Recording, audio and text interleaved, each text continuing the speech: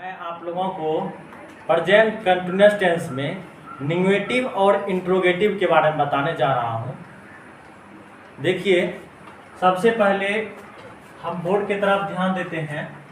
देखिए क्या दिया हुआ है, ऊपर में लिखा हुआ है यहाँ पर इंट्रोगेटिव एंड निगेटिव सेंटेंस, मतलब दोनों इंट्रोगेटिव और निगेटिव दोनों मिला हुआ सेंटेंस जो दिया हुआ है। इस सेंटेंस का हम रूल जो है आपके बोर्ड के सामने दिया हुआ है, देख लीजिए ध्यान से।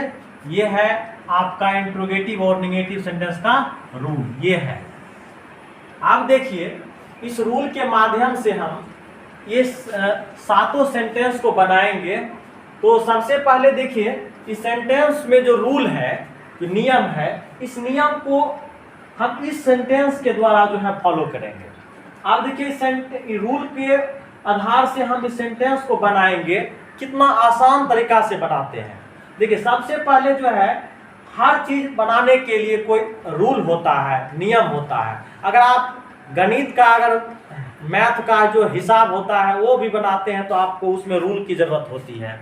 उसी प्रकार से इंग्लिश में जो है प्रयोग, जो एक सेंटेंस बनाने के लिए जो है एक रूल बना दिया गया है कि ताकि जो है बच्चे सभी जो है इस रूल को के अनुसार से जो है आराम से बना सकते हैं। ठीक, आप देखिए, हम भी इस रूल के माध्यम से सेंटेंस को बनाएंगे। थोड़ा सा आप लोग ध्यान से इसे समझिएगा। देखिए, सबसे पहले अगर आप लोग मेरा जो है चैनल को सब्सक्राइब नहीं किए हैं तो आप लोग से अब रिक्वेस्ट करते हैं कि आप लोग इस चैनल को सब्सक्राइब करें, और उसके बाद जो है जो भी वीडियोज मैं जो है बनाऊंगा और जो है वो हर वीडियोज आप लोगों तक पहुंचेगा। लेकिन उससे पहले आप लोगों को बेल आइकन बटन दबाना होगा, ताकि जो भी वीडियोज अपलोड करेंगे वो सभी जो है आपको नोटिफिकेशन जो है आपके मोबाइल तक जा सके। ठीक, तो आप लोग जो है प्लीज़ आप लोग मेरे चैनल को सब्सक्राइब कीजिए, और जो है उसके बाद सब्सक्राइब करके जो है जो भी चीज़ मैं बताऊंगा आप लोगों तक नोटिफिकेशन जाएगा। प्लीज़ आई रिक्वेस्ट यू, आप सबसे, है ना। तो आप देखिए, आपको मैं बताने जा रहा हूँ इंट्रोगेटिव एंड निगेटिव सेंटेंस के बारे में। थोड़ा आप लोग जो है ध्यान से समझिएगा। देखिए, सबसे पहले जो है मैं एक सेंटेंस, पहला सेंटेंस की बात करते हैं। लिखा हुआ है कि क्या मैं श्याम को नहीं पढ़ा रहा हूँ। सेंटेंस दिया हुआ है। सबसे पहले ध्यान देना है, एक हम न्यूमेरिक बना दिया गया है रूल में। देखिए, सबसे पहले ये 1 है, उसके बाद जो है 2 दिया हुआ है, 3 दिया हुआ है, 4 दिया हुआ है, 5 दिया हुआ है। ठीक, तो 1 2 3 4 5 जो न्यूमेरिक बना दिए हैं, आप इस न्यूमेरिक के अनुसार से सबसे पहले हम हिंदी में भी एक नंबर बैठाएंगे सभी सेंटेंस को बनाने के लिए। तो पहला सेंटेंस में हम नंबर बैठाते हैं, संख्या बैठाते हैं। तो यहाँ पर जो 1 है, तो 1 इसका मतलब हुआ कि ये जो प्रयोग दिया गया है, सबसे पहले इसका ये 1 मतलब इंट्रोगेटिव एंड निगेटिव जब बनाते समय सबसे पहले जो क्या दिया रहता है, इस क्या का नाम हम रखते हैं 1। उसके बाद तब कर्ता क्या है, इसके बाद सब्जेक्ट देने के लिए, मतलब कर्ता को, तो इसके जस्ट बाद जो है सब्जेक्ट होता है, कर्ता होता है, तो उसको हम रखते हैं 2। इसका नाम हो गया 2। अब उसके बाद जो है कर्ता क्या है, तीसरा नंबर में नॉट, मतलब नहीं देने के लिए। तो हम सेंटेंस में पहले ढूंढ लेंगे कि कहां पर नहीं है, तो यहां से शुरुआत करेंगे। देखिए, सबसे पहले हम क्या ढूंढे, तब उसके बाद सब्जेक्ट को ढूंढे, तब हमें जो है नहीं को ढूंढना है, मतलब निगेटिव को। तो ये है हमारा निगेटिव, मतलब नहीं, इसका नाम हो गया 3। उसके बाद जो है तब हमें ढूंढना है वर्ब को। तो अब हमें वर्ब भी ढूंढना है, तो ये हमारा हो गया पढ़ा रहा, ये क्या है, वर्ब है, तो इसका नाम हो गया 4। अब उसके बाद जो है हमें ऑब्जेक्ट को ढूंढना है, मतलब कर्म को। तो कर्म हमारा कहाँ है, देखिए, सबसे पहले क्या मिल गया, तब सब्जेक्ट मिल गया, तब हमें निगेटिव मतलब नहीं मिल गया, तो उसके बाद जो है पढ़ा रहा मतलब वर्ब मिल गया। तो अब हमें ढूंढना क्या है, ऑब्जेक्ट को ढूंढना है। तो ऑब्जेक्ट आपका जो है ना, इसमें क्या का है, यहाँ पर देखिए अंतिम जो बचा हुआ ये आपका जो है ऑब्जेक्ट है, इसका नाम हो गया 5। तो अब जो है न्यूमेरिक जो हिंदी में आप लोग मतलब बता दिए कि सब में बैठा दिए हैं 1 2 5 3 4। अब देखिए, सबसे पहले ध्यान दीजिएगा, अब इस न्यूमेरिक को हम जो है एक कर्म संख्या से सजाएंगे। जैसे ये लिखा हुआ 1 2 3 4 5, ऐसे ही हम इस सेंटेंस को सजाएंगे। ध्यान से समझिएगा आप लोग। सबसे पहले 1 है, तो 1 का मतलब हुआ सबसे पहले ये देना है, एक्जुलरी वर्ब मतलब सहायक क्रिया। बट हमें इससे पहले ध्यान रखना है कि सब्जेक्ट हमारा किस रूप में है, फर्स्ट पर्सन में है या सेकंड पर्सन में या थर्ड पर्सन में। तो ये लगता है कि मैं जो है फर्स्ट पर्सन में आता है, तो फर्स्ट पर्सन इसका मतलब हो गया आई। तो आई के अनुसार से आई के साथ जो है क्या किया जाता है, इसमें जो एम जोड़ा जाता है, क्या जोड़ा जाता है, एम। तो लेकिन इंट्रोगेटिव एंड निगेटिव है, तो सबसे पहले हम इसमें जो है क्या लिखेंगे, एम लिखेंगे। तो एम के बाद अब जो है दूसरा नंबर में कह रहा है कि सब्जेक्ट देने के लिए, यहाँ भी 2 है, 2 लिखा हुआ है, तो हम यहाँ पर मैं का अंग्रेजी लिखेंगे आई, एम आई। उसके बाद क्या करा तीसरा नंबर में लेने के लिए नॉट, तो हमें क्या देना है यहाँ पर, नॉट। उसके बाद चौथा नंबर में क्या करा देने के लिए, वर्ब, तो पढ़ा रहा, तो ये पढ़ा रहा हमारा वर्ब हो गया। तो हम यहाँ पर लिखेंगे इसका वर्ब मतलब पढ़ा रहा का इसका मतलब हो गया रीड, इसके साथ आई जोड़ देंगे तो क्या बनेगा, रीडिंग। अब उसके बाद क्या कर रहा है देखिए, पांचवा नंबर में मतलब ऑब्जेक्ट मतलब श्याम, तो इसके बाद हम क्या लिखेंगे, श्याम। तो ये सेंटेंस देखिए बन के तैयार हो गया। नंबरिंग के अनुसार हम सेंटेंस को बनाए, कितना आसान से बन गया। सबसे पहले हम 1 को रखे, उसके बाद जो है 2 को रखे, तब जो है 3 को रखे, तब पढ़ा रहा वर्ब को रखे, तब उसके बाद वर्ब मतलब जो है ऑब्जेक्ट को रखे। देखिए तब लिखा हुआ am I not reading Shyam, मतलब हुआ कि क्या मैं श्याम को नहीं पढ़ा रहा हूं। ये सेंटेंस हो गया। सॉरी माफी चाहते हैं, रीडिंग टीचिंग होना चाहिए, कोई बात नहीं है, गलतियां हो जाती है, आप लोग निफिक्र रहें, तो टीचिंग होना चाहिए था।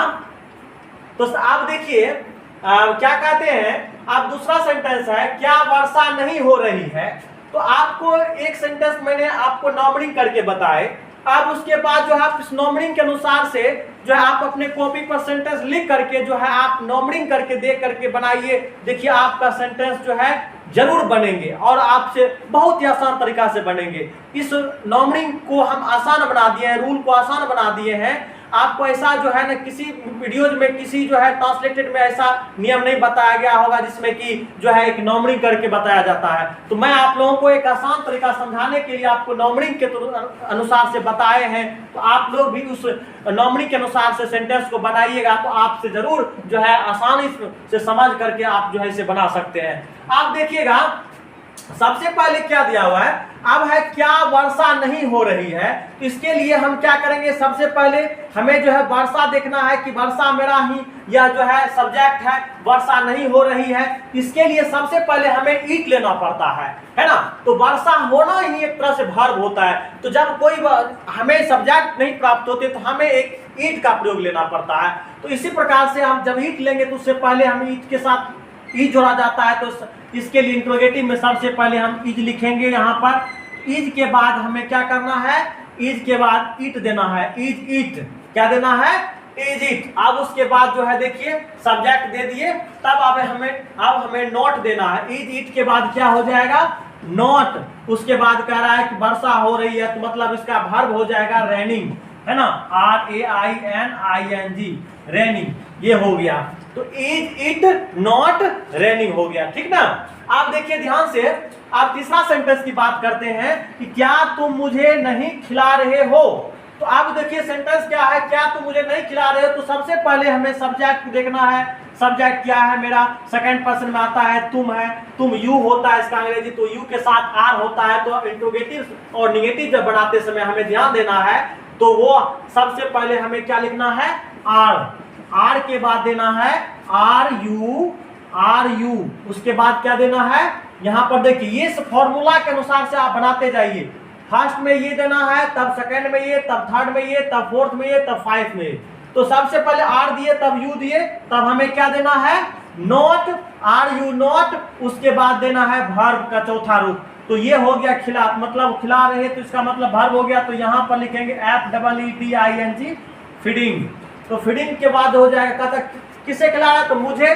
किसे नहीं खिला रहा है, तो मुझे नहीं खिला रहा। तो इसका मतलब ये हमारा मुझे क्या हो गया, ऑब्जेक्ट हो गया। तो यहाँ पर लिखेंगे ऑब्जेक्टिव केस में मी लिखेंगे, है।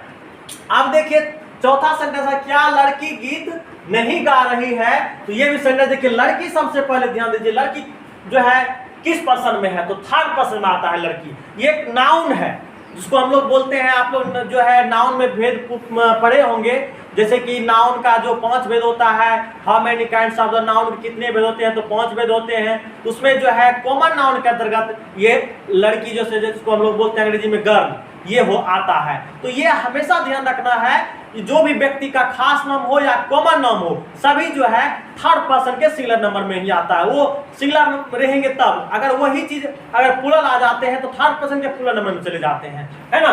तो ध्यान दीजिएगा, तो ये लड़की है, तो लड़की थर्ड पर्सन सिंगुलर नंबर में है, तो इसके लिए हम क्या लिखेंगे, इज द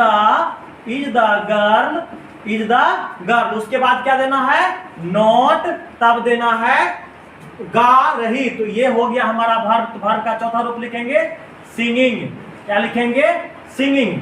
सिंगिंग के बाद हो जाएगा, तो एक गीत, लड़की एक गीत गा रही है, तो ये गीत हमारा ऑब्जेक्ट हो जाएगा ए सॉन्ग। ठीक, आप ध्यान दीजिएगा, पांचवा सेंटेंस है, क्या तुम्हारा घोड़ा घास नहीं खा रहा है। क्या लिखा हुआ है, तुम्हारा घोड़ा घास नहीं खा रहा है, तो इसके लिए हमें ये सब्जेक्ट हो गया पूरा, तुम्हारा घोड़ा। तुम्हारा घोड़ा मतलब अगर तुम्हारा या हो पॉजेसिव एडजेक्टिव में से तुम्हारा, हमारा, उसका, उसकी, ये सब आता है, उसके तुरंत बाद कोई नाउन की बात होती है ना, तो वो हमेशा सिंगुलर में आता है। ये चीज आप लोग को ध्यान रखना है, समझ गए। तो ये सबसे पहले जो है, ये तुम्हारा घोड़ा सिंगुलर में आता है, तो इसके लिए हमें देना है इज के बाद देना है कि योर हॉर्स। क्या देना है, इज योर हॉर्स। उसके बाद लिखेंगे तब नॉट, तब हमें देना क्या है, खा रहा, तो इसका वर्ब हो जाएगा ईट के साथ क्या जुड़ जाएगा, ing, तो क्या बनेगा, ईटिंग। उसके बाद क्या खा रहा है, घास। क्या खा रहा है, घास, तो यहां पर लिखेंगे ईटिंग ग्रास। तब देखिए आगे, अब है क्या लड़के शोरगुल नहीं कर रहे हैं, तो क्या लड़के शोरगुल नहीं कर रहे हैं, तो इसका मतलब हो गया लड़के हमारा क्या है, अगर ये लड़का रहता तो सिंगुलर में रहता, लेकिन लड़के है तो प्लूरल में है, तो प्लूरल में जब है तो ये बॉयज हो जाएगा, तो बॉयज के लिए आर आता है। तो हमें जब इंट्रोगेटिव निगेटिव में बना रहे हैं तो सबसे पहले लिखेंगे आर, हेल्पिंग वर्ब देंगे, उसके बाद लिखेंगे आर द बॉयज, उसके बाद not, are the boys not, तब हमें क्या देना है, शोरगुल कर रहे हैं, तो इसका मतलब हो गया आर द बॉयज लिखेंगे मेकिंग ए नॉइज। ये हमारा जो है वर्ब का चौथा रूप हो गया, मतलब शोरगुल करना या हो हल्ला करना, दोनों का मेकिंग ए नॉइज ही होता है, ठीक ना। अब देखिए, क्या कमल और संजय झगड़ा नहीं कर रहे हैं, तो देखिए कमल और संजय ये दो व्यक्ति हो गया। यहाँ पर अगर सिर्फ कमल रहता तो इसके लिए इज लगाते, लेकिन दो व्यक्ति जब बात होती है तो उनके लिए हम क्या करते हैं, आर का प्रयोग करते हैं। तो सबसे पहले हमें क्या देना है, यहाँ पर इंट्रोगेटिव निगेटिव में आर देना है, आर के बाद तब हमें कमल और संजय को सब्जेक्ट में रखेंगे, तो are Kamal and Sanjay SANJAY Sanjay. उसके बाद लिखेंगे तब हमें देना है कौन सी, नोट देना है। उसके बाद झगड़ा कर रहे हैं, झगड़ा करना ये वर्ब हो गया, तो क्वारलिंग, QUIRRELING, क्वारलिंग, ये हो गया झगड़ा करना, ये वर्ब हो गया। तो देखिए अब ये सेंटेंस हम बना दिए। अंतिम सेंटेंस था क्या कमल और संजय झगड़ा नहीं कर रहे, तो are Kamal and Sanjay not quarreling. ठीक, तो ये सेंटेंस हम इंट्रोगेटिव एंड निगेटिव जो है रूल के माध्यम से हम सातों सेंटेंस को आप लोगों को के सामने बना करके दिखाए। आप इस रूल के अनुसार से आप सेंटेंस को बनाइएगा तो आसानी से बनेंगे। ठीक, तो आप सबसे पुनः आप लोगों से रिक्वेस्ट करते हैं, प्लीज आप इस वीडियोज को देखें और उसके बाद इसे जो है समझ करके आप अपने दिमाग में जो है इसे रखें। धन्यवाद।